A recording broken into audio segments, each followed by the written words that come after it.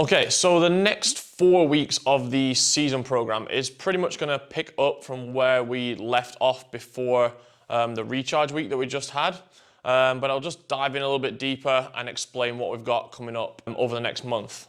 So the main focus is still going to be on gymnastics and accumulating a lot of volume in gymnastics. So almost the first thing that I do writing out the program every week is making sure we're hitting every gymnastic movement. Some of those are going to be for quality, some for speed, and then some is just building volume in that movement. But the main focus point of each day is probably going to be around that gymnastic workout, which is why you'll see that sometimes it's the start of the session and sometimes afterwards, just to kind of mix things up a little bit, hitting the reps under different levels of fatigue and at different points of the session. In terms of the strength work that we're doing, we've got a mini squat cycle running right now, and that's going to be front squats one day and back squats one day. And we're looking at retesting a 5 rep max front squat and a 2 rep max back squat at the end of the month.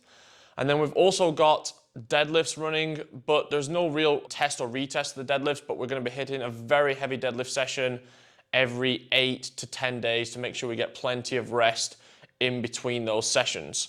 And then the other stuff like the pressing and all the accessory work is still going to be dotted in there. With the accessory work, if that second session that I usually put it in is getting a little bit too bulky, you can choose to move the accessory to the first session. That's absolutely fine. It doesn't really make a difference to the overall structure of the training day. That's kind of up to you.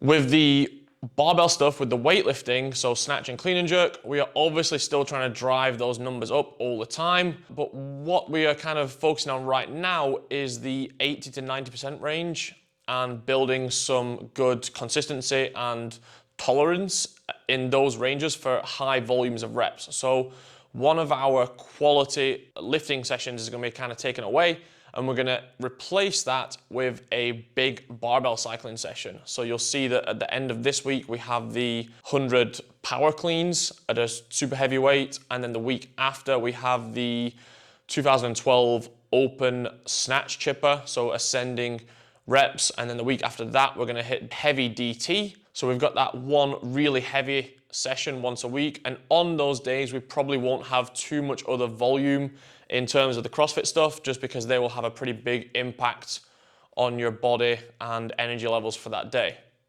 The engine stuff right now is kind of shifting away. We were doing a lot of aerobic stuff before, and we're kind of increasing the intensity in some of those sessions. And what you can do, even though it does say session 1, that's just to symbolize that the sessions for the engine stuff is separate to the other work that we're doing. It doesn't have to be your first session of the day. So if you would prefer to come in the mornings and do your weightlifting, squats, and the gymnastic stuff, and then do the engine stuff later in the day, then that's absolutely fine. It's just a suggestion, because I think a lot of people like to do the cardio stuff earlier in the day, but especially when it's really high intensity intervals, I would rather switch those around and hit those as my second session later in the day, so it's not taking away too much from the weightlifting and gymnastics in the other session. Another point that I wanted to make on the workouts is you'll notice that over the last few weeks there's been a lot more effort and detail put into the scaling. So you'll now get 3 options. We always had 3 options, but you'll now get 3 separately laid out options of Elite, RX, and Intermediate. And you'll get notes that go with each one to really back up who should be doing that workout. So even if you do consider yourself an elite athlete, read the notes of RX, because maybe on that workout it is more applicable to your level. Let's say it's a weakness of yours in that workout. You might get more benefit from doing that RX rather than being stubborn and only ever doing the elite stuff and maybe not quite hitting the workout stimulus. So please read the notes carefully and decide on a daily basis which workout you should be doing. You don't have to always do RX or always do intermediate or elite. You can swap it around to make sure you're getting the best possible training for you on that day.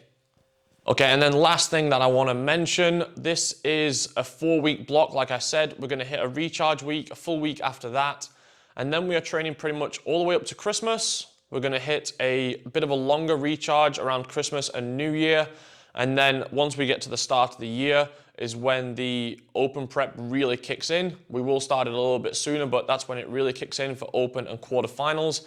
And it's when you will really start to see a separation in the information that's going out between those that are going individual, team, or the masters or age group track.